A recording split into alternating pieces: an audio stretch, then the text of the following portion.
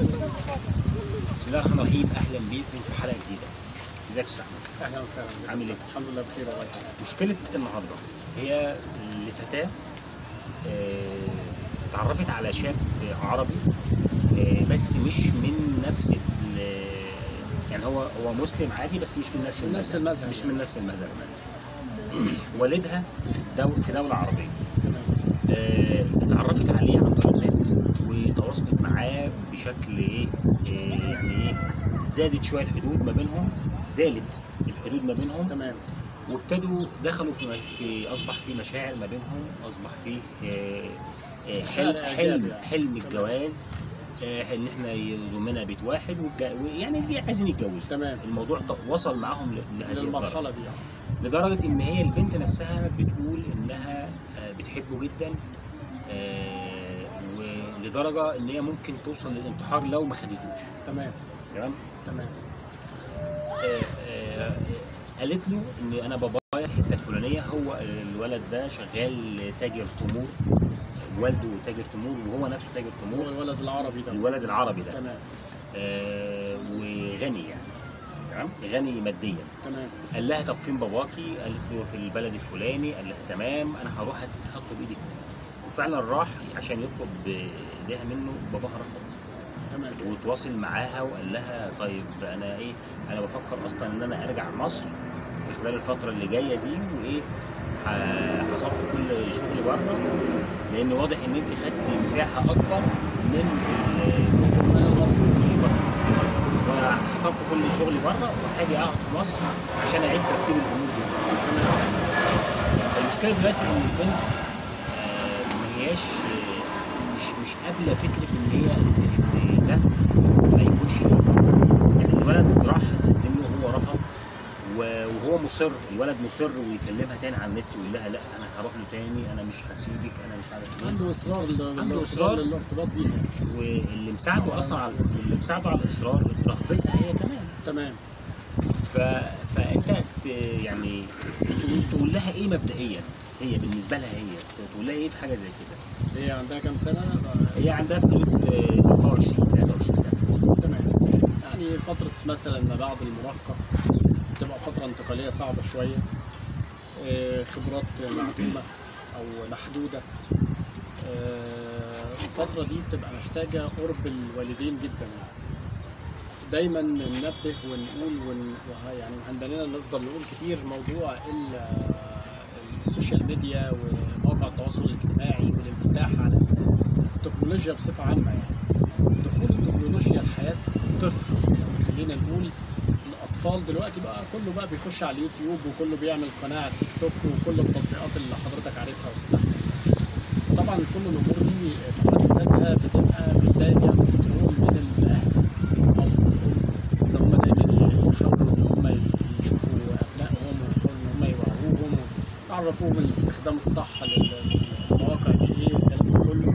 قرب الاب والام من ابنائهم ويبقى في حميميه في التواصل، ده هيخلي بشكل او باخر الابناء يقتنعوا بنسبه كبيره بتوجيهات الاهل. يعني المعضله هنا في الموضوع ان البنت نفسها راحت في اتجاه طبعا استخدام خاطئ لمواقع التواصل الاجتماعي والسوشيال ميديا، ومن ضمنها طبعا فيسبوك، وعن طريق بعض تطبيقات التواصل اكيد طبعا زي ماسنجر. فقدرت ان هي تتواصل او قررت انها تتواصل مع هذا الشاب العربي، وحصل اعجاب وتوافق بينهم. ولكن البنت طبعا يعني الدليل ان هي انجرفت تماما وراء العاطفه بتاعتها، لدرجه ان هي نسيت ان في اختلاف مذهبي بينها وبين الشاب، ووافقت عليه وتخطت كل الحدود، او ما وقفتش على المعضله دي. لان برضه خلينا نقول ان بشكل او باخر اكيد الوالد مش هيوافق. ممكن والده هو ما يوافقش، ممكن والدها ما يوافقش، بس العنصر الاكثر والده كان موافق. والده وافق. بس في الطبيعي ممكن يحصل رفض. انا بتكلم على لو حالات تانية، يعني ممكن يحصل رفض من هنا او من هنا. فدايما هنا بيبقى التوجيه بتاع الاهل استخدام مواقع التواصل الاجتماعي، عشان خاطر دايما الفتره دي فتره المراهقه وفتره عدم فهم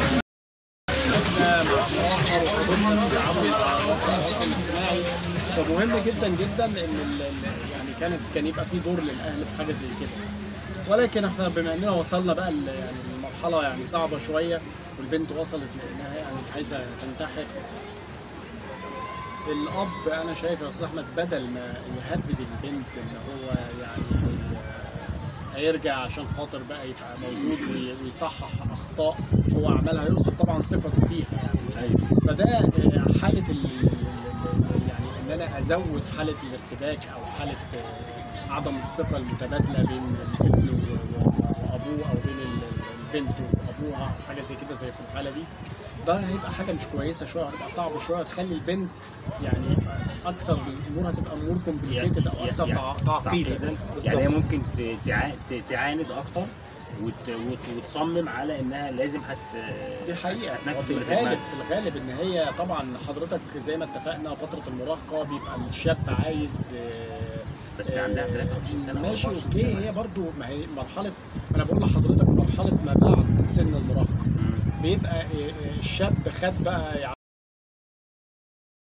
سكر ان هو امتلك خبرات الدنيا، احتك كتير، جاب اخر الحياه، فخلاص هو داخل على مرحله جواز، خصوصا دي بنت، فيعني لو وراها شغل هتشتغل وهتدور على فرصه عمل او الكلام ده، فاكيد طبعا هي عارفه ان الخطوه اللي بعد كده زواج، وهي تعتقد ان الخبرات اللي هي كونتها في حياتها يعني تديها الحق ان هي تختار الانسان المناسب ليها. لكن لابد يكون في معايير، ويكون في يعني اسباب او يكون في يعني شروط بتتوفر طبعا في الشراء. ما ينفعش ان احنا نقول ان هي تروح تتجوز حد مثلا على مذهب مختلف.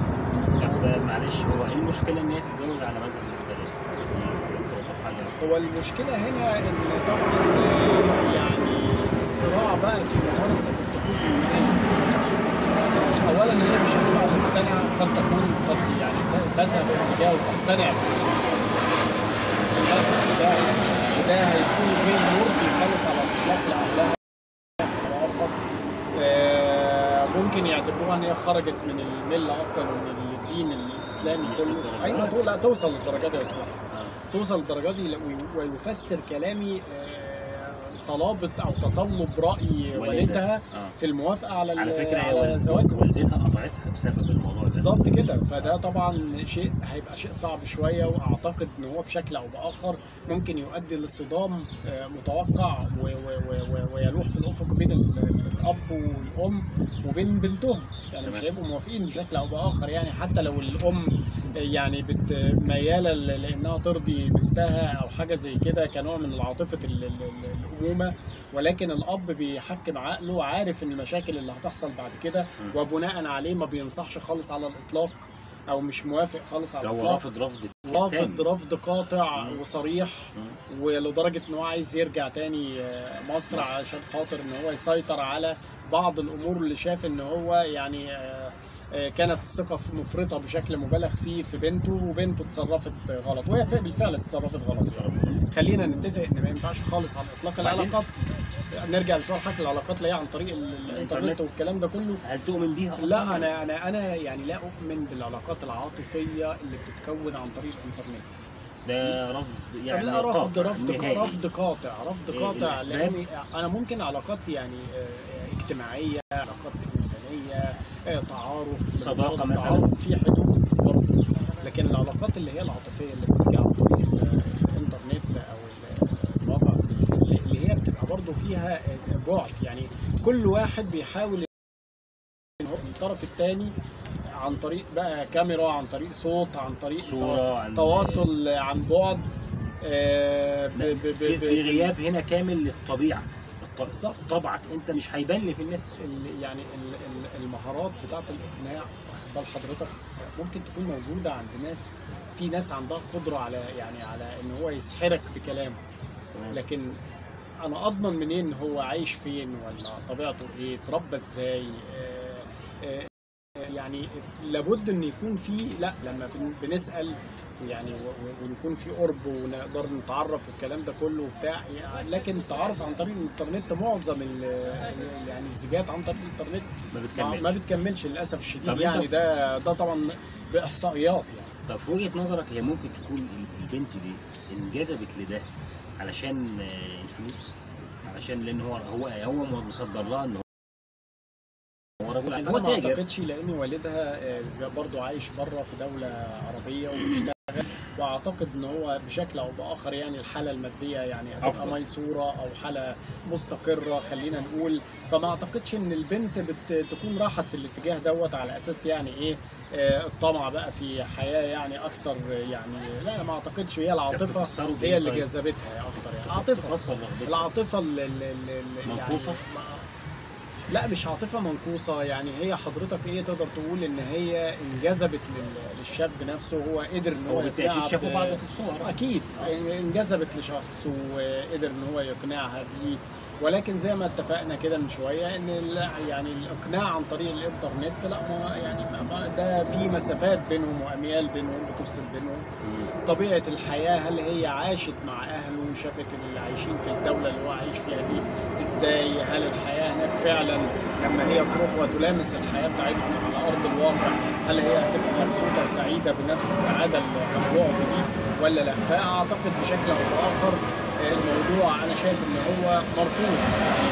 يعني بتؤيد رد فعل والدها؟ بأؤيد بكل المقاييس طبعا، وما بنشجعش العلاقات اللي هي بتبقى عن بعد دي نتيجه ان احنا بنفتقد كتير جدا، بنفتقد القرب والمصداقيه او الثقه في المصداقيه. ممكن يكون اللي بيكلمني دوت بيحاول يقنعني ولكن طب هي ممكن تقول لك ليه لا، انا اقتنعت فعلا بيه ومفيش مانع ان انا اروح اقعد معاه شويه، او هو مش اروح انا اقعد معاه، هو يجي هنا في مصر يقعد شويه، نتقرب من بعض اكتر، نعرف برضه طبيعته اكتر. يعني ممكن تقول لك حاجه زي كده لان عندها رغبه حقيقيه من جواها. في حاله التوافق المذهبين زي بعض. خلينا نتكلم على حاله تانية مثلا. انا اعتبر بالفرض جدلا، رغم ان انا زي ما بقول لحضرتك يعني انا ضد التعارف عن طريق الانترنت بالذات في العلاقات اللي هي يعني هتوصل للجواز في الاخر يعني العلاقات العاطفيه يعني. فانا اي علاقه عاطفيه عن طريق الانترنت انا شايف ان هي مش ما بتبقاش مثمره، وزي ما حضرتك قلت معظمها بتفشل يعني. لكن هي طبعا حتى لو هو وصل مصر واتكلم وهو جاء حاول يعني يقنع، سافر الدوله اللي والدها بيشتغل فيها وحاول يقنعه، ولكن والدها طبعا رفض يعني قاطع يعني. والرفض ده فعلا مبرر، لان زي ما قلت لحضرتك هو والدها عارف ان في الاخر خالص مع الاختلاف المذهبي خايف لبنته تروح في الاتجاه بتاع المذهب بتاع جوزها. تمام. وفي الحاله ديت في الغالب ده اللي هيحصل، في الغالب ده اللي هيحصل، لان هو دايما الزوج او الرجل بيبقى عنده يعني ايه القدره على الاقناع اكثر من الست يعني. طيب نتيجه خبراته واحتكاكاته وما الى ذلك يعني. طيب بالنسبه لوالدتها، هي في الوقت ده حالا هي مقاطعه يعني تمام. والدتها مقاطعه، هل انت مع الفكره دي ولا يعني هي خلاص انا عرفت ان انت غلطانه فانا هسيبك ومقاطعك؟ لا اصل انا بضغط عليكي بشكل او باخر انك لازم ترجعي وتحكمي عقلك ومش مشاعرك. يعني لما الوالد يرفض ويهدد رجوعه هيبقى انه يحط النقط على الحروف، يعني معنى كده ان هو هيجي برد فعل عنيف قوي وعنيف. الام بطبيعتها فرضت ردة فعل عنيفه برضه لبنتها لدرجه ان هي مقاطعاها وما بتكلمهاش، وهي دلوقتي ملهاش ملجأ. البنت تفكر في ايه؟ تفكر في الانتحار. فهنا بتقول انا مش قادره اعيش من غيره وبفكر في الانتحار. بالظبط. فهنا نتكلم ونقول صوت العقل، صوت العقل. حتى لو البنت في فتره يعني وصلت لان هي بقى عندها نوع من تصلب الراي برضو وعايزه انها تنفذ اللي في دماغها والكلام ده كله، لازم يكون في صوت عقل بيتكلم، ووالدها والدتها حد من طبعا يعني لصيق الصله بيها يقدر ان هو يعقلها، يفهمها ان اللي هي بتفكر فيه غلط، ان ايه السلبيات اللي ممكن تحصل بعد كده، او ايه المشاكل الكبيره اللي ممكن تحصل. يعرفوها ان في حالات طلاق كتير حصلت نتيجه عدم التوافق من ضمنها طبعا موضوع زي ما انا قلت لحضرتك الاختلاف المذهبي اللي حاصل دوت. فلابد يكون في صوت عقل، ولابد يكون في حد بيقرب وحد بيفهم وبيعدل في التوجهات بتاعت البنت نفسها، وبيحاول ان هو يعني يحطها على الطريق الصحيح، مش ان الام تبعد والاب في نفس الوقت يهدد. يعني ده غير مقبول على الاطلاق، يعني خصوصا في الفتره اللي فيها حاله من عدم التوازن يعني. طيب لو افترضنا انها والدتها سمعت كلامك او عملت ان هي قربت منها، والدنيا ايه بتحاول تقرب منها علشان تقنعها وتستميل عقلها بشكل مختلف عن والدها، وحاولت ومش قادره توصل لنتيجه، ووالدها هنقول ان كمان والدها نزل مصر فعلا وقعد يتواصل معاها بيحاول يقنعها بشكل برضه بشتى الطرق، واجهه ده يعني الوالد والوالده واجهوا رغبه مستميته تمام منها هي في انها لازم تكمل في الجوازه دي. في وجهه نظرك يكون تصرفهم ايه؟ يرجعوا بقى رد فعلهم العنيف اللي هو خلاص الموضوع احنا ديكتاتوريه بقى، احنا خلاص احنا لا يعني لا الموضوع منتهي، ولا يسيبوها تجرب التجربه دي وتكون التجربه وهي مصطفى؟ لان هم هيكونوا خايفين في حسابات في دماغهم كتير، ممكن اولا تهرب، ممكن تنتحر، ممكن تعمل مشكله جامده جدا هم ما يقدروش تكون اكبر من ان هي لو طلعت خلاص سمعت كلام وهم سمعوا كلام او سافروا. في حاله لو حصل ده زي ما حضرتك بتقول تعنت رهيب او منها او تصميم يعني غير طبيعي على انها تتم زواجها بالشاب دوت، فما فيش حل للاسف الشديد يعني ان هم غير ان هم يسيبوها تلاقي مصادر تكون التجربه، لو ان هي تجربه طبعا معروف عنها ان هي هتبقى مؤلمه، يعني مؤلمه يمكن ليهم شخصيا. ممكن ان هم يكون رد فعلهم برضه ان هم يوافقوا ان هي تتجوز كل حاجه، ولكن بعد كده مش هيوافقوا ان هي مثلا تغير المذهب بتاعها. ده برضه في حد ذاته هيبقى صعب. مش المذهب على فكره هي مش هتقدر تتحكم فيها ولا هم طيب احنا بنتكلم في بكل المقاييس في حد هيخسر، هي اللي هيخسر هي اللي هتخسر، وفي الغالب طبعا البنت هتخسر اكتر، لان الوالد والوالده يعني انا لا اتخيل ان هم هيسيبوها تتجوز وهيبقوا سعداء ومبسوطين، او علاقتهم بالبنت هتدنها مستمره، يعني في اختلاف في المذهب بين يعني اختلاف في المذهب بين الدوله والجنسيه وحاجات كتير. فلابد ان يكون في هنا يعني حاله من برضو يعني تغليب العقل، واخد بالك؟ يعني قصدي اقول لحضرتك ان المفروض يكون لو يعني الوالد والوالده هيرضخوا لرايها في الاخر او طلبها ويوافقوا لها انها تتجوز بالولد، لابد ان يكون في مرونه من الفكر، يعني مرونه في الفكر والله غالب زي ما بيقولوا بالظبط كده. لابد يكون في مرونه من الفكر من الوالد والوالده حتى للنهايه، ما فيش حل قدامهم، دي بنتهم برضو في الاول وفي الاخر طبعا. لان هي لو هم اصروا على حاله الرفض دي ممكن البنت تنتحر، يبقى احنا كده وصلنا برضه هي في المشكله طريق مسدود، يعني هي بعت المشكله اصلا عشان كده بالظبط. فاحنا بنقول انا يعني لو احنا بنتكلم على حته في حاله زي ما حضرتك بتقول كده يبقى امر واقع ان هو يعني يتجوزوا او وافقوا ان هم يتجوزوا، لابد المرونه تستمر للنهايه، حتى لو البنت نفسها وصلت في يوم من الايام انها غيرت المذهب بتاعها او لا قدر الله يعني انفصلت، ما يقدروش ان هم طبعا. هي خلينا نقول ان البنت كبرت، عرفت الصح من الخطأ، وعرفت ان الاختلاف المذهبي دوت طبعا لانها اتربت على مذهب معين له طبعا احكامه، طبعا هو مذهب السني، فطبعا هي بشكل او باخر كل حاجه واضحه بالنسبه لها.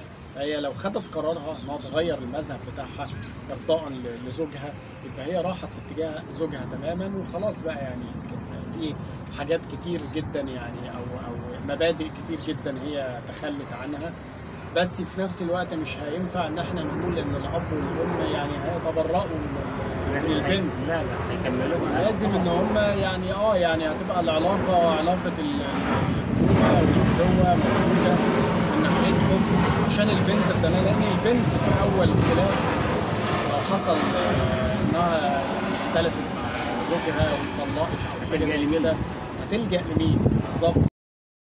تواجه نفسها فتلاقي ان هي اخطأت في الاول واخطأت في الاخر، ومش لاقي حد يقف جنبها، لان والدتها لو في الحاله ديت بعدوا عنها بنسبه كبيره جدا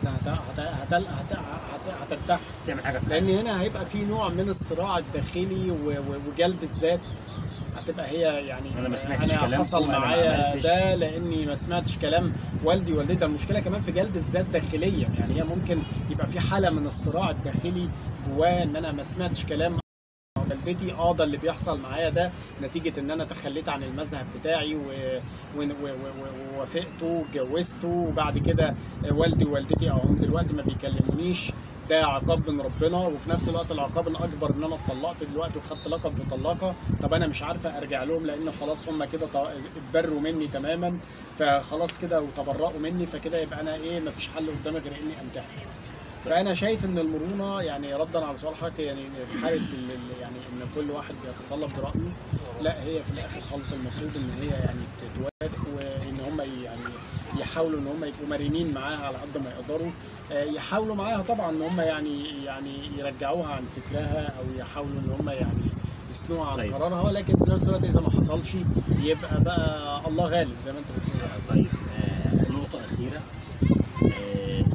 تقول لها ايه هي شخصيا في فكره او في احساسها، او النقطه اللي ماليه عقلها وماليه وجدانها وماليه قلبها، ان هي مش هتقدر تعيش من غير الشخص ده؟ الفكره دي واقعيه يعني في الحياه، انت شايف بحكم خبرتك في المشكلات الاجتماعيه. تمام. لان بيجي لك اكيد كتير في ورود روزا مشكلات متنوعه بالشكل ده. هل الفكره دي في حد ذاتها يعني حقيقيه، يعني حاله حقيقيه ان انا ما اقدرش اعيش من غير الشخص ده، او انا لو هو شاب مثلا انا ما اقدرش اعيش من غير البنت دي؟ هل الحاله دي يعني عايزك توجه لها نصيحه دي؟ العاطفه للاسف الشديد ملهاش حدود، ودي من آفات. لابد العاطفه يكون لها حدود، وحدود اساس الحدود دي المنطق. تمام. تغليب المنطق. يعني العاطفه لابد يكون لها حدود، مفيش حاجه اسمها العاطفه ملهاش حدود. فيها في المجتمعات الشرقيه زي ما احنا اتفقنا ملهاش حدود، مفتوحه. يعني لو حد بنت اقتنعت بشاب او حاجه زي كده بتنسى كل المنطق، الشروط اللي هي المنطقيه اللي هي يعني بتساعد في اتمام الزواج، وبتنجرف عاطفيا. طبعا ده في حد ذاته ده موجود يعني. فحضرتك بتسال يعني ده موجود، ولكن لابد ان يكون في عقل، السن متقارب ولا لا، الفكر، العلم او الدرجه العلميه، امور كتير ممكن تكون برضه لها بشكل او باخر. يعني ما ينفعش يكون في تباعد كبير بين تباعد حد مثلا متعلم تعليم عالي وحد مش متعلم. شايف حاجه زي كده برضه يبقى في خلل في التواصل. ما يجيش بعد كده الطرف اللي هو بيتأذى من هذا الخلل في التواصل يجي يزعل في الاخر ويقول ده ما انا مش قادر افهمها خالص، او هي مش قادره تفهمني. طب ما انت اللي اخترت من الاساس. فهنا العاطفه لها حدود، لابد يكون لها حدود، وحدودها هو المنطق. لازم يتم تغليب المنطق. يعني لما تتواجد عاطفه بين اثنين لابد برضه يكون في وجود او تحكيم العقل يعني في الاختيار. العاطفه لها حدود وهو المنطق. اشكرك جدا يا استاذ احمد على اللقاء الجميل ده، واتمنى ان السائله او صاحبه المشكله ان هي تكون يعني تفوق ان شاء الله. تفوق ان شاء الله. اتمنى لها طبعا كل التوفيق، وتفكر كتير برضو قبل يعني اتمام الزواج، لاني طبعا زي ما قلت لحضرتك العاطفه